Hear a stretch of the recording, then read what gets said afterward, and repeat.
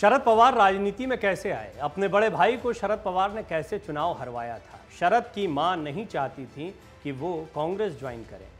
ये वो बातें हैं जो बड़े राज के तौर पर अब दिखाई पड़ती हैं, लेकिन जब अपनी आत्मकथा लिख रहे थे, अपने बारे में कुछ ऐसी अनसुनी अनजानी बातें लिख रहे थे, तो शरद पवार ने इन महत्वपूर्ण बातों को शामिल किया है। अजीत पवार को लेकर उन्होंने क्या कुछ खुलासे किए थे, ये मैंने आपको कई रिपोर्ट्स में बताया है, लेकिन कई और बातें हैं जो उनकी किताब में बहुत दिलचस्प पहलू उनकी ज़िंदगी के पेश करती हैं, जो मैं आपको यहाँ पर बताने जा रहा हूँ। इससे आपको शरद पवार की राजनीति, उनका तौर तरीका, परिवार की क्या स्थिति रही, वो भी समझ में आएगी। शरद पवार ने अपनी किताब में इन तमाम सवालों के खुलासे किए हैं। इसके साथ ही शरद पवार ने अपनी किताब में कई बड़े राज खोले हैं जिसका अंदेशा किसी को नहीं था। 2 मई को जैसे ही महाराष्ट्र की सियासत के चाणक्य कहे जाने वाले शरद पवार ने अपना इस्तीफा दे दिया या इस्तीफे का ऐलान कर दिया, सबको चौंका दिया, तब एनसीपी नेताओं ने शरद पवार को फैसला वापस लेने के लिए अनुरोध किया। इसके साथ ही ये सवाल भी बना हुआ है कि शरद पवार के बाद एनसीपी का अगला अध्यक्ष कौन होगा। एनसीपी के अध्यक्ष पद से इस्तीफा देते समय अपने बयान में शरद पवार ने कहा, भले ही मैं अध्यक्ष पद से हट रहा हूं, लेकिन सार्वजनिक राजनीतिक जीवन से रिटायर नहीं हो रहा हूं। आखिरी सांस तक आपके साथ रहूंगा, लेकिन इस उम्र में आकर ये पद नहीं रखना चाहता। ये नई पीढ़ी के लिए मार्गदर्शन करने का समय है। शरद पवार को अपनी मां से राजनीति विरासत में मिली थी, कम लोग जानते हैं। ऐसा लगता है कि शरद पवार जो है वो राजनीति में खुद आए, लेकिन राजनीति की एक हल्की झलक उनको अपनी मां से भी मिल गई थी।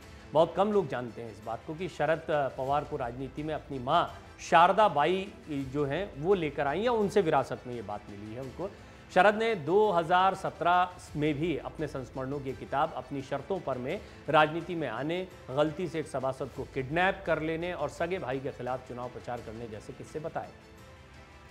शरद पवार को कांग्रेस में नहीं जाने देना चाहती थी उनकी मां।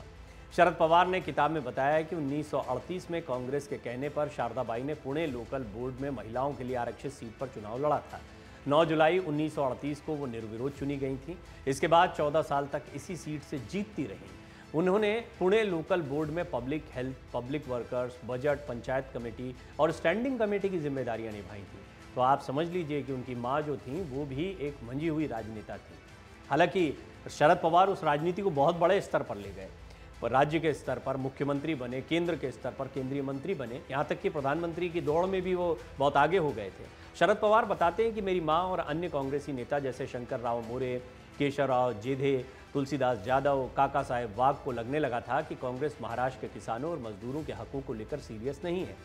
उन्होंने कांग्रेस पार्टी छोड़कर 1947 के आखिर में मजदूर किसान पार्टी यानी peasants and workers party PWP बना ली।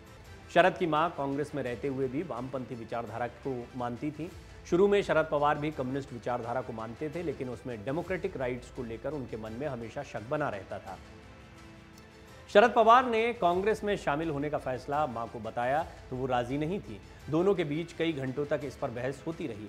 मां शारदा ने शरद को कांग्रेस में न जाने के लिए मजबूत तर्क दिए, लेकिन शरद अड़े रहे। आखिर मां को शरद की बात माननी पड़ी। शरद कांग्रेस नेता YB चव्हाण, यशवंतराव चव्हाण के बारे में आप जानते हैं, और जवाहरलाल नेहरू को आदर्श मानते थे। 1958 में उन्होंने पुणे के कांग्रेस भवन में पार्टी ज्वाइन की।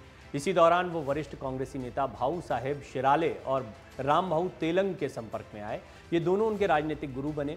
कांग्रेस से जुड़ने के बाद शरद पहली बार 1967 में विधानसभा का चुनाव जीते और महाराष्ट्र सरकार में राज्य मंत्री बने। वो 14 बार चुनाव जीत चुके हैं। बड़े भाई वसंत राव के खिलाफ कांग्रेस कैंडिडेट का प्रचार उन्होंने किया था। शरद का पूरा परिवार peasants and workers party of India PWP से जुड़ा था। 1940-50 के दशक में ये पार्टी वामपंथी राजनीति शक्ति के तौर पर देखी जाती थी। शरद के बड़े भाई वसंत राव PWP पार्टी के एक्टिव मेंबर थे और उन्होंने 1960 के लोकसभा चुनाव में संयुक्त महाराष्ट्र समिति के टिकट पर बारामती से चुनाव लड़ा था।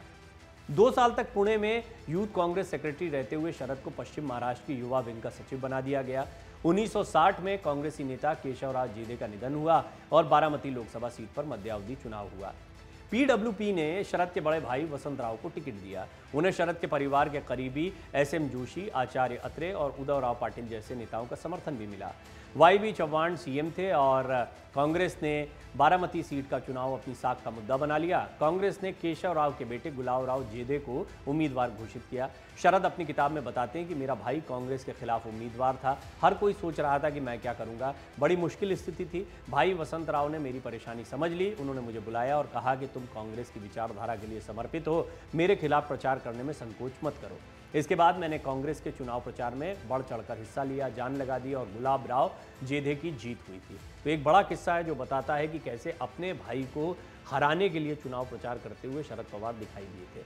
राजनीति में एक बहुत महत्वपूर्ण उदाहरण है जो ये बताता, और उनके बड़े भाई ने बताया था, हमने राज ठाकरे, बाला साहब ठाकरे का भी उदाहरण देखा है।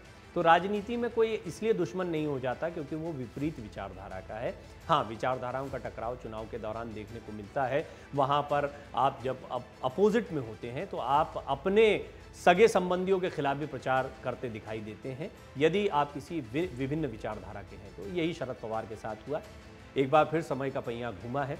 हालांकि अजीत पवार शरद पवार के साथ ही हैं, लेकिन अजीत पवार की सोच कुछ आगे की सोच है। वो बीजेपी के साथ जाने को लेकर इच्छुक रहे हैं, ये उन्होंने पहले भी साफ कर दिया। शरद पवार ने अपनी किताब में इस बात का भी खुलासा किया है कि अजीत पवार जब बीजेपी के साथ चले गए थे तो उन्होंने विधायकों को ये कहा था कि शरद पवार की तरफ से हरी झंडी मिल गई है, जबकि ऐसा था नहीं। उन्होंने जब विधायकों को इस बारे में बताया कि मैंने ऐसा नहीं कहा है तो सारे विधायक वापस लौट आए थे। शरद पवार का ये खुलासा भी बताता है कि अजीत पवार पार्टी में रहते हुए अपने निर्णय लगाना चाहते हैं और वो चाहते हैं कि पार्टी की कमान को अब वो संभालें। उनकी हर बात से शरद पवार का विरोध है, ऐसा भी नहीं।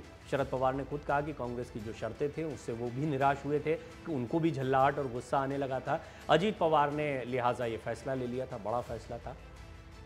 कुल मिलाकर आज एक बार फिर समय आ गया है जब परिवार की ये सियासत तो चल रही है, परिवार के पास अभी पार्टी की कमान है, लेकिन इसके बावजूद अजीत पवार और शरद पवार के बीच में एक ताकत का संतुलन भी देखा जा रहा है। एनसीपी में क्या दो धड़े हो चुके हैं, शरद पवार अपने धड़े को या एनसीपी को साधने की कोशिश कर रहे हैं, एनसीपी में अब भी अपने वर्चस्व और अपनी ताकत को दिखा रहे हैं, ये एक बड़ा सवाल है।